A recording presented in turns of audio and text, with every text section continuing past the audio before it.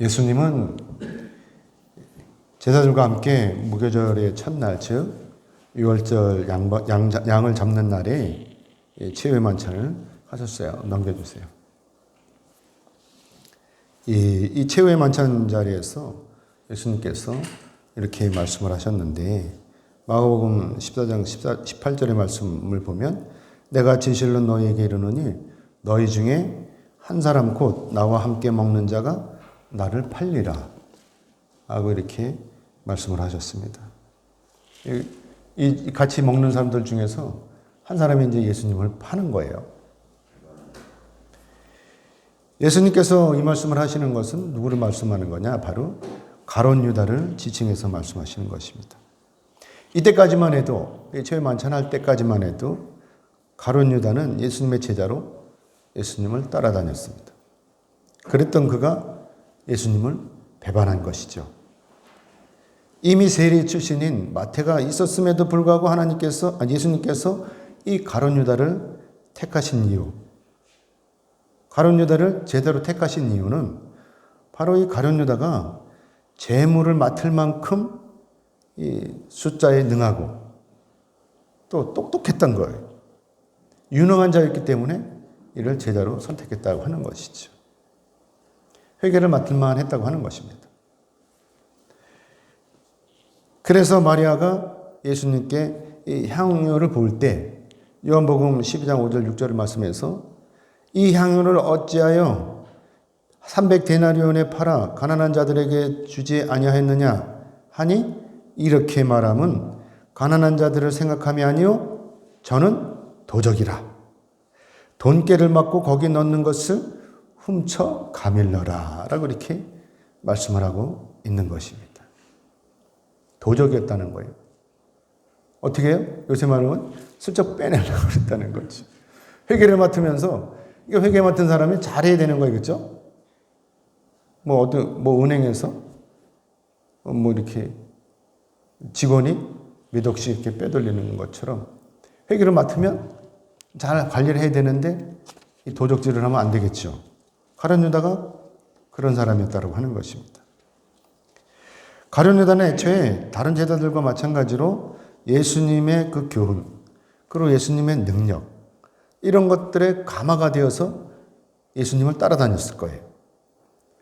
그러면서 예수님께서 이 놀라운 신적인 권능을 행하시니까 이런 것을 목격하면서 다른 제자들처럼, 야, 이분이 바로 메시아인가 보다 하고 이 메시아의 왕국을 꿈을 꾸게 되었던 것이죠.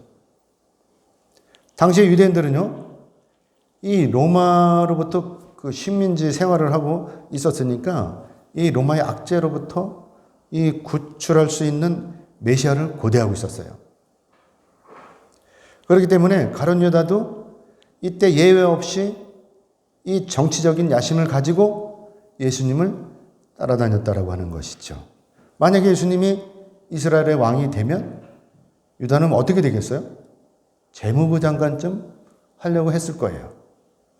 그러나 결국 예수님께서 자신이 기대하는 방향으로 가시지 않고 전혀 다른 방향으로 예수님이 가시잖아요. 다시 말씀을 드리면 예수님께서 이 침략자인 로마와 대항하시기는커녕 다윗과 같은 능력 있는 왕의 모습도 보이지 않았던 것입니다. 뿐만이 아니죠. 이 예수님은 자기 자신을 이 많은 사람들의 이 대속을 위해서 그 제물로 자기를 죽음으로 몰아가고 있는 것이죠. 이런 예수님을 보고, 예수님의 이 바보스러운 모습을 보고 그동안 이 가룟 유다가 품어왔던 자신의 꿈, 계획, 이런 것들이 다 무너지게 되는 것을 깨닫게 된 것입니다. 그래서 그가 현실에 대한 절망감, 그리고 한멸감에 사로잡혀가지고 결국 자신의 스승인 예수님을 팔아먹죠. 얼마에? 은 30에 팔아먹었다고 하는 것입니다. 이게 가룟 유다예요. 자, 이렇게 해서 이제 가룟 유다가 팔았잖아요. 그러니까 때가 되었어요. 그래서 예수님께서 드디어 이렇게 체유 만찬을 하시고 이 만찬을 다 끝내셨어요. 그 자리에서 가룟 유다를 지적해가지고 저놈이 나를 팔놈이다 이렇게 지적을 하셨죠. 그러고 나서 이제 가룟 유다는 떠나버리고 나머지 제자들 11명을 데리고 어디로 가셨냐? 갈멜산으로 오르셨다는 것이죠. 이 예수님께서 갈멜산에 오르시는 것은 기도하시려고 가시는 거예요. 그래가지고 예수님께서 이 다른 제자들은 또 거기 다 남겨놓으시고 이제 베드로, 야곱, 요한 이 세 사람을 데리고 또 겟세마네 동산으로 가시는 거예요. 예수님께서 이렇게 자리를 옮기시면서까지 한적한 곳에서 기도를 하시려고 하는 것은 바로 자신이 장차 짊어져야 될 그 십자가, 이 십자가가 너무나 무거운 거예요. 그래서 기도하시는 것이죠. 그래서 예수님께서 이때 기도하실 때 어떻게 하시느냐? 마가복음 14장 36절의 말씀을 보면 아빠 아버지여 아버지께는 모든 것이 가능하오니 이 잔을 내게서 옮기시옵소서. 그러나 나의 원대로 마옵시고 아버지의 원대로 하옵소서라고 이렇게 기도를 하셨다는 것입니다. 예수님의 이 기도는요, 너무나 처절한 거예요. 예수님께서는 당장이라도 이 십자가, 이 고통스러운 이 십자가를 지는 것을 피하고 싶으신 거예요. 그러나 예수님께서는 자신이 져야 될 이 십자가가 너무나 무겁지만, 그렇지만 그럼에도 불구하고 이 예수님께서 이 십자가를 지시는 것이 하나님의 뜻이라면 기꺼이 지시겠다는 것입니다. 이것이 순종인 거예요. 그러나 이 와중에도 베드로와 야고보, 이 요한은 어떻게 했어요? 조는 거예요.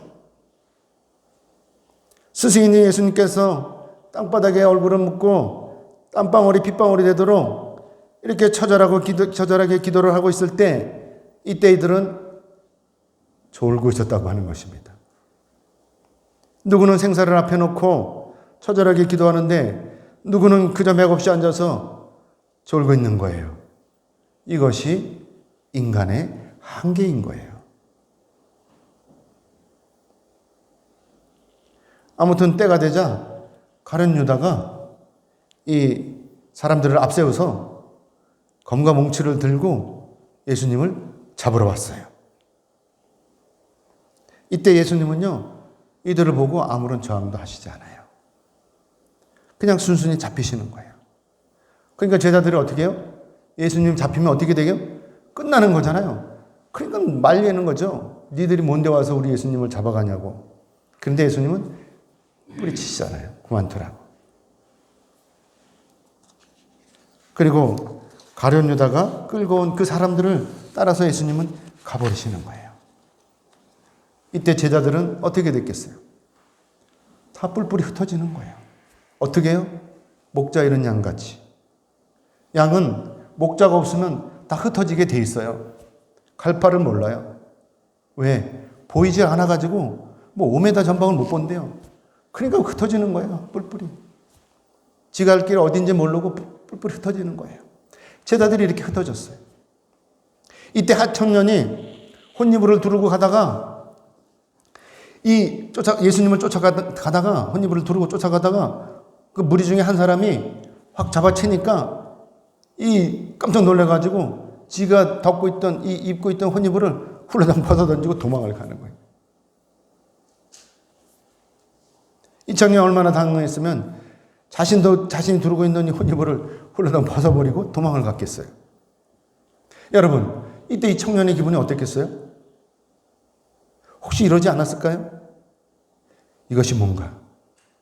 그동안 많은 사람들이 따라다녔던 그 예수가 저렇게 무능한 사람이었던가? 이제 이것으로 모든 것이 다 끝나는 것인가? 이렇게 생각을 하지 않았겠습니까? 또한 예수님을 잡아가는 그들 중에 예수님의 제자가 있잖아요. 가룟 유다가 거기 있잖아요. 이 청년이 얼마나 실망을 했겠어요. 이 무능한 예수님, 아무것도 할 수 없이 끌려가는 그 무능한 예수님을 여태까지 스승이라고 쫓아다녔던 저 사람들 다 도망가는데 그 중에 또 한 사람은 예수님을 팔아먹었잖아요. 이 청년이 이걸 보고 얼마나 가슴이 아팠겠어요. 무너져 내리는 거예요. 아무튼 이때 도망치던 베드로 어떻게 했어요? 다시 쫓아오는 거예요. 도망가다고 생각을 해보니까 자기가 그래도 명색이 수석제자 있는데 내가 이대로 도망치면 안 되겠다 싶은 거죠. 그래서 예수님이 어떻게 되나 보려고 쫓아가는 거예요. 먼발치서. 그렇게 쫓아가다 보니까 어디까지 가요? 대제사장의 집에까지 간 거예요. 그래가지고 결국은 예수님이 신문을 받는 거, 그 대제사장들에게 신문을 받는 그 광경까지 목격을 하게 된 것입니다. 사랑하는 여러분, 이때 베드로는요, 예수님을 보면서 어떤 생각을 했을까요? 그렇게 맥없이 잡혀오시는 그 예수님. 한마디 한 것도 하지 않고 그렇게 죽은 사람도 살려줬던 그 예수님이 이렇게 맥없이 잡혀오는 그 예수님을 보고 무슨 생각을 했겠냐 하는 것이죠. 아마도 베드로는 이때 간절한 마음을 가지고 기다렸을 거예요. 그리고 예수님께서 혹시나 무사히 풀려나오시는 거 아닐까?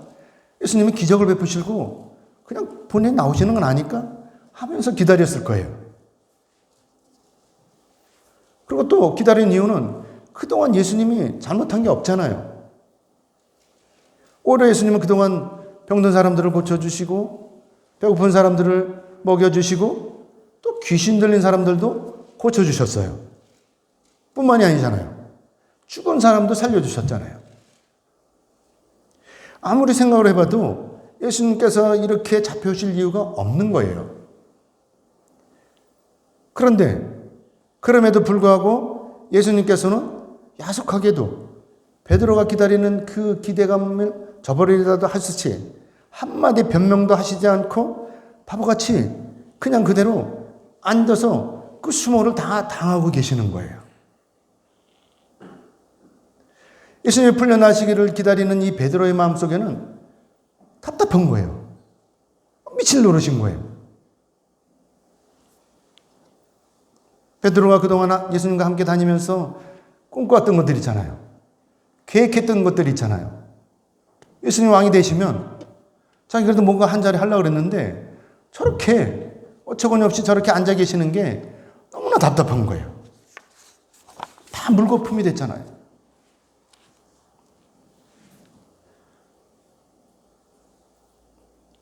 예수님 왕이 되시면 로마 군인도 확 쫓아내고 이 세상을 바꿔보려고 이렇게 생각을 했는데 다 꼬시다 버렸잖아요. 그래서 베드로가 간절한 마음을 가지고 혹시나 하는 마음에서 기다리고 있는 거예요. 예수님께서 무죄를 선포하시고 스스로 자신의 신적인 능력을 가지고 이 지옥 같은 대제사장 집에서 나오시기를 기다리는 것이죠. 그러나 예수님께서는 꼼짝도 안 하셔요. 무능함을 자랑하려다 하듯이 그냥 가만히 앉아 계시는 거예요. 이사야서 53장 7절의 말씀처럼 마치 도수장으로 끌려간 어린 양과 털 깎는 자 앞에서 잠잠한 양같이 그렇게 가만히 앉아 계시는 거예요. 그런데 이때 설상가상으로 여종 하나가 쪼르륵 나와서 한다는 말이 너도 나사렛 예수와 함께 있었도다 라고 지적을 하는 거예요.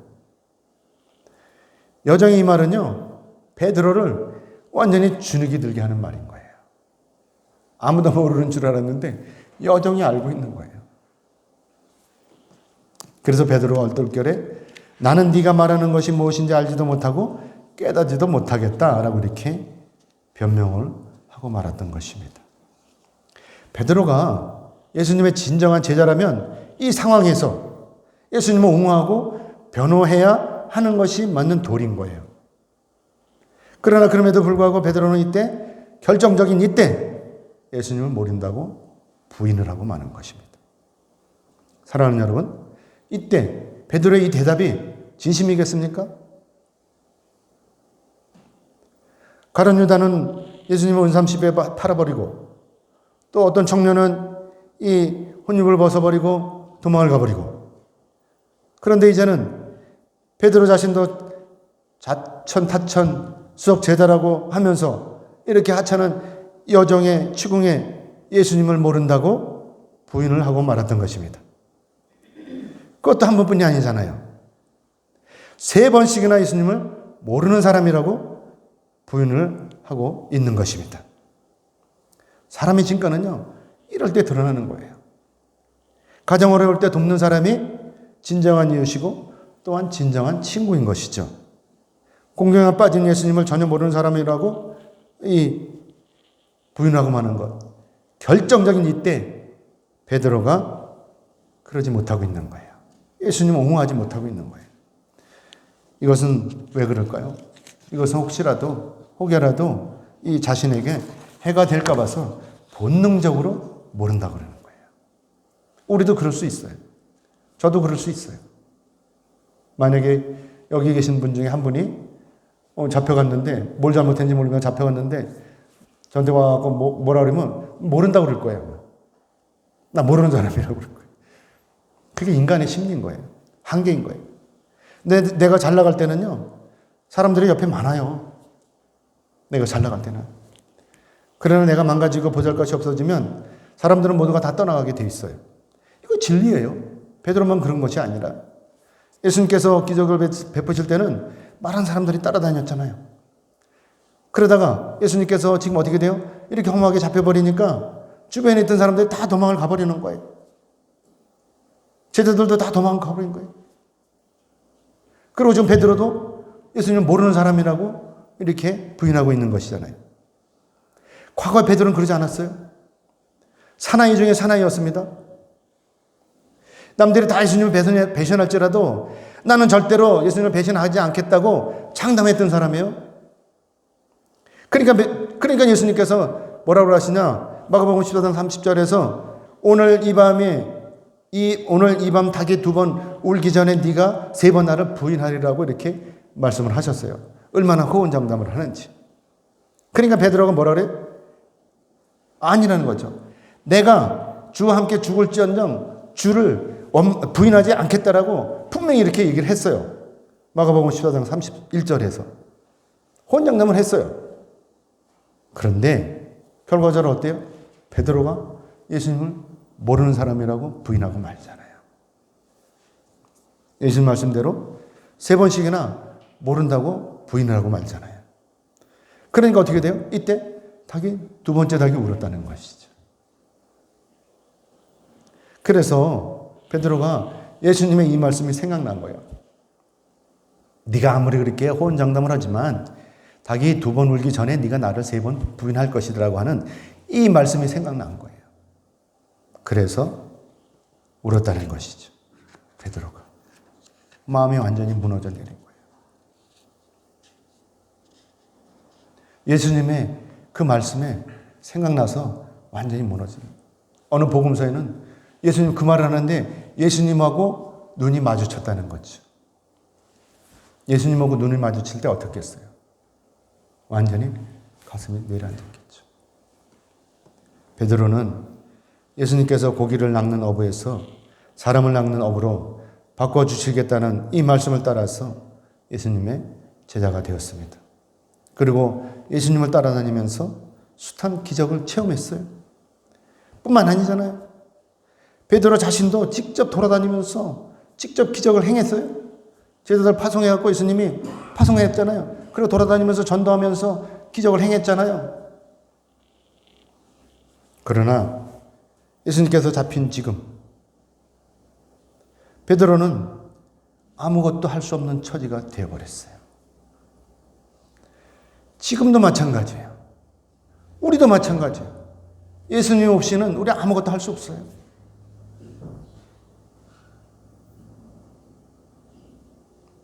대제장들에게 잡혀있는 예수님을 위해서 이 베드로가 할 수 있는 일, 이것은 아무것도 없는 거예요. 예수님이시라면, 능력이 충분하신 예수님이시라면 하실 수 있는데 그 예수님은 아무런 행위도 하시지 않으시고 그냥 그렇게 무능하게 앉아 계시는 거예요. 그러니까 베드로는 떠나버린 예수님, 그 예수님이 아니면 자기는 아무것도 할 수 없는데 예수님께서 저렇게 앉아 계시니까 베드로도 아무것도 할 수 없는 거예요. 그러니까 베드로는 이제 모든 것이 끝이라고 생각을 하죠. 이제 예수님은 사형장에 넘겨질 것이고 그리고 예수님은 이제 십자가에 달려서 돌아가실 것입니다.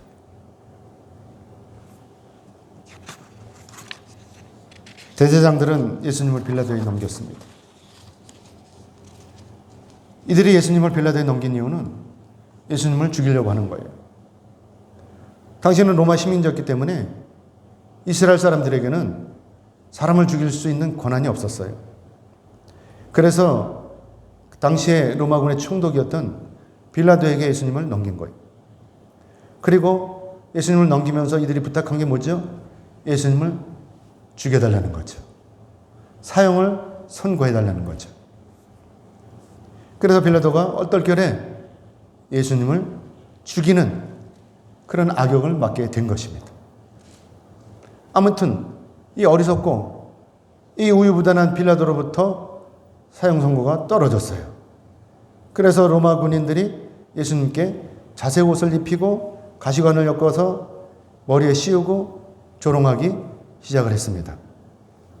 이들은 갈대로 예수님의 머리를 치고 얼굴에 침을 뱉었습니다.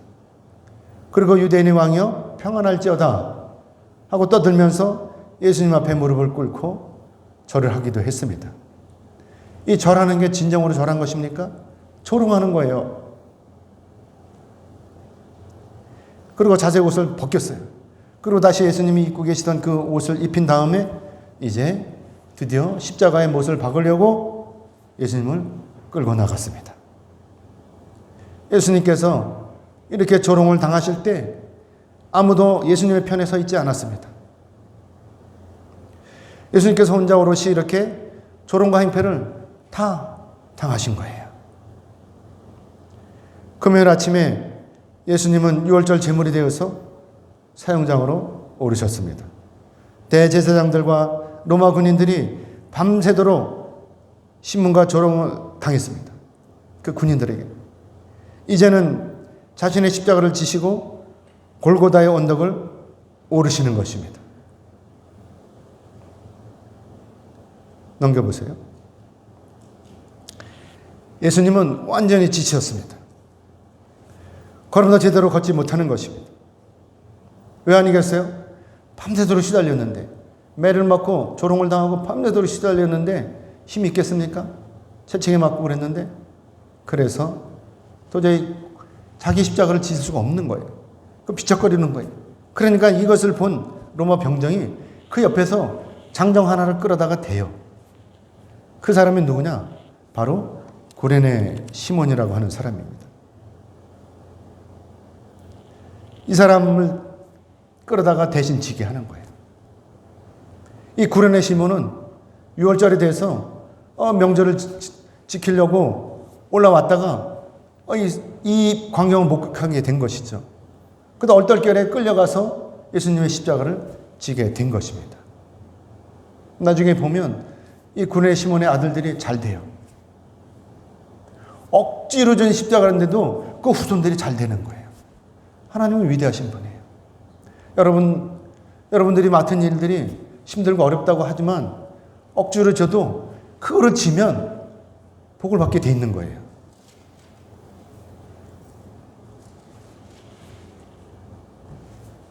아무튼 예수님은 구레네 시몬의 도움으로 말미암아서 가까스로 이제 골고다의 언덕에 오르셨습니다. 그리고 결국 손과 발에 못이 박혀서 십자가에 매달렸습니다. 넘겨주세요. 고통스러운 시간이 된 것입니다.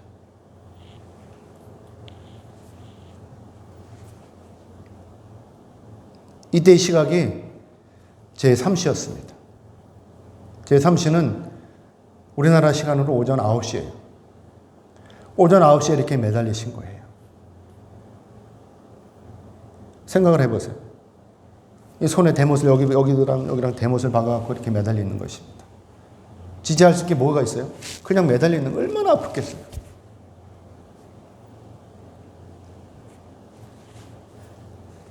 예수님 이렇게 십자가에 달리시자 지나가던 사람들이 머리를 흔들면서 성전을 헐고 사흘에 짓는 자여 네가 너를 구원하여 십자가에서 내려와라 하면서 또 조롱을 하는 거예요. 예수님 십자가에 달려서 고통스러운 순간에 지나가는 사람들이 이렇게 조롱을 하는 것입니다. 우리가 예수를 믿는다고 열심히 신앙생활을 하면 힘들어 죽겠잖아요. 우리가 믿음 생활할 때 힘들 때가 있습니다. 그런데 사람들은 조롱해요. 미친 것들이라.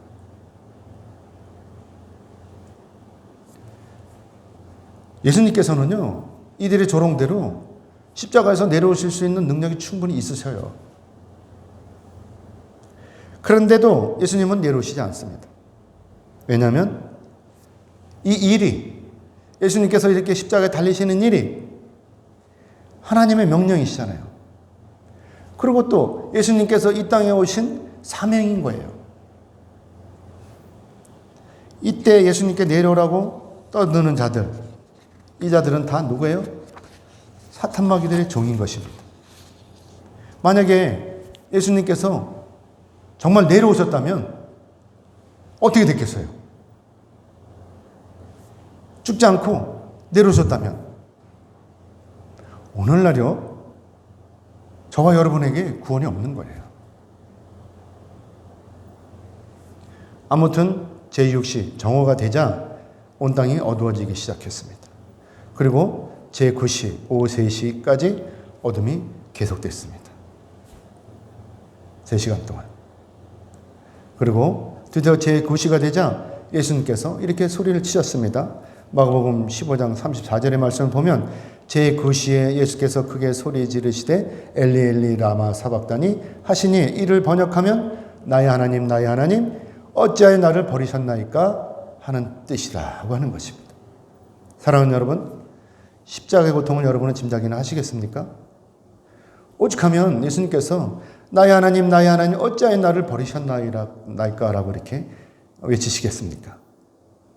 그래서 이 처참한 광경을 본 백부장이 이 사람이 진실로 하나님의 아들이었다라고 고백을 하는 것입니다. 이 광경을 본 백부장이.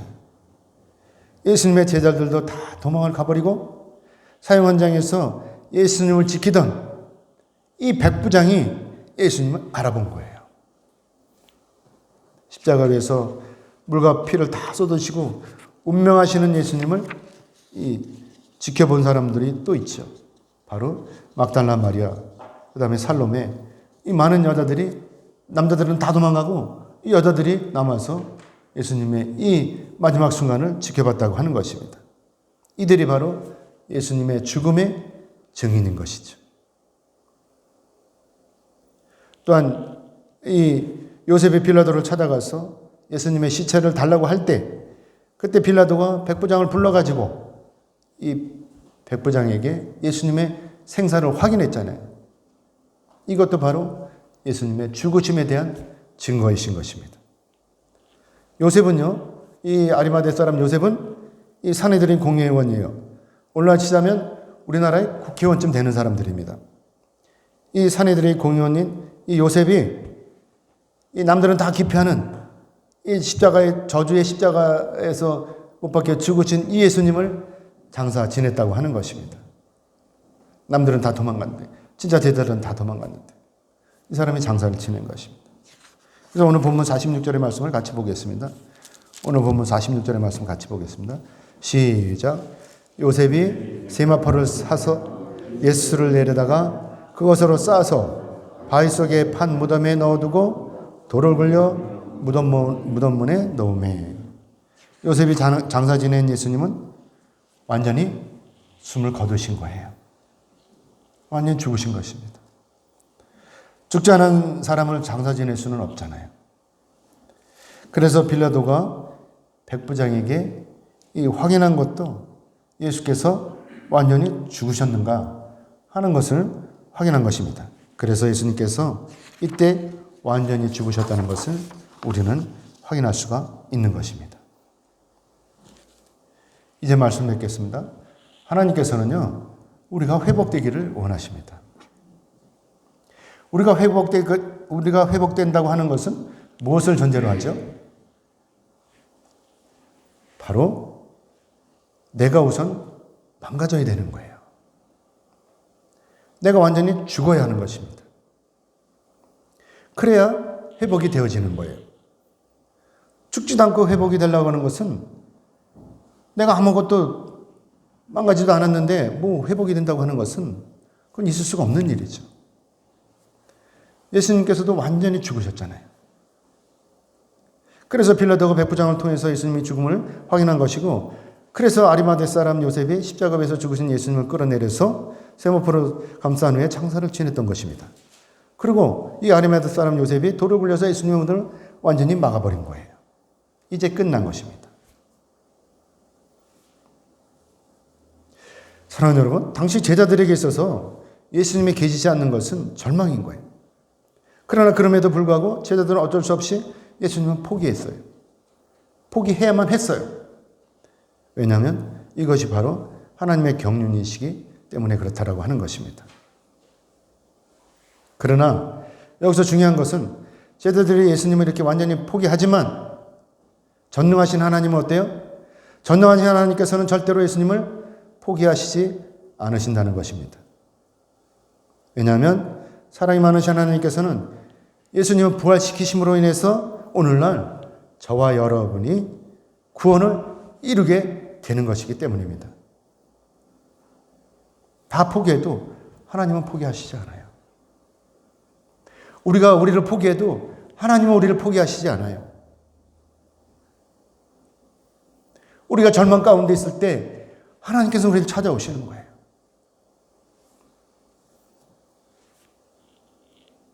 그렇기 때문에 오늘날 우리도 내 마음속에 있는 모든 것을 내려놓아야 하는 것입니다. 내가 내 마음속에 있는 것, 이런 것들을 포기할 때, 포기하고 내려놓을 때 전능하신 하나님께서 우리에게 채워주시는 거예요. 제자들이 예수님을 완전히 포기하고 갈릴리 바다에 가서 고기를 잡을 때, 그때 부활하신 예수님께서 이 제자들을 다시 찾아오셔요. 저는요, 여러분이 내려놓으시기 원합니다. 내려놓기 힘들 거예요. 어떻게 내가 가지고 있었는 건데, 내가 어떻게 여기까지 내가 왔는데 이걸 어떻게 내려놔 할 수가 있을 것입니다. 저는 여러분이 가지고 계신 것이, 여러분이 제일 아끼는 것이 무엇인지 몰라요. 어떤 건지 몰라요. 여러분 스스로는 아실 거예요. 내가 내려놓지 못하는 게 무엇인지. 어떤 권사님은 신용사도 있고 잘해요. 모든 걸 잘해. 근데 그 권사님이 고백을 하는데 뭘 고백을 하느냐? 목사님, 나는 아직도 물질을 내려놓지 못했어요. 힘든 거예요. 그게 힘든 거예요. 물질이 우상인 거예요.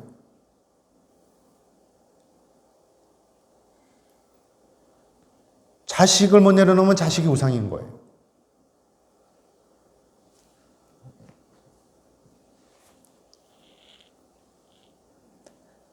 내가 지금 나에게 있어서 가장 소중한 것을 내려놓을 때, 그때 하나님께서 역사하십니다. 하나님께서 다 채워주시는 거예요. 그냥 채워주시는 게 아니라 더 좋은 것으로 채워주셔요. 저는 여러분이 이런 거 체험하시기 원해요. 내가 버렸을 때 하나님 더 좋은 것으로 채워주시는 것을 체험하기를 원합니다. 이것이 진정한 회복인 거예요. 하나님이 채워주시는 것이 진정한 회복인 거예요. 내가 쌓으려고 그래봐요. 내가 아무리 삽으로 막 파서 옮겨봐요. 안 돼요. 제가 여기 이 터를 뭘 심으려고 꽃갱이로 파는데요. 쇠사랑으로 파는데, 쇠사랑이나? 뭐죠, 이거? 이걸로 쇠사랑이죠. 이걸로 파는데 얼마나 힘든지 몰라. 삽으로 파도 힘들고. 근데요, 트랙터가 와서 씩 해버리고 5분이면 다 갈아버려. 그거를 제가 3일, 4일 이걸 파는 거예요. 그거 아끼려고. 얼마? 5만 원 아끼려고. 너무나 힘들어요. 근데 트랙터가 와서 갈아버리니까 5분이면 끝나는 거예요. 5만 원에. 우리가 아끼고 살뜰히 하는 것, 이거 하나님 보실 때 얼마나 하찮은 거예요. 물론 하나님이 소중하다고 생각하시겠죠. 그렇지만 내가 아끼는 거 버릴 때 하나님께서 더 좋은 거로 채우시는 거예요. 저는 여러분들이 이것을 체험하시기를 원합니다. 아멘입니까? 아멘 하신 여러분에게 하나님의 놀라운 은혜와 은총이 충만하시기를 주님의 이름으로 축복합니다. 아멘. 기도하겠습니다.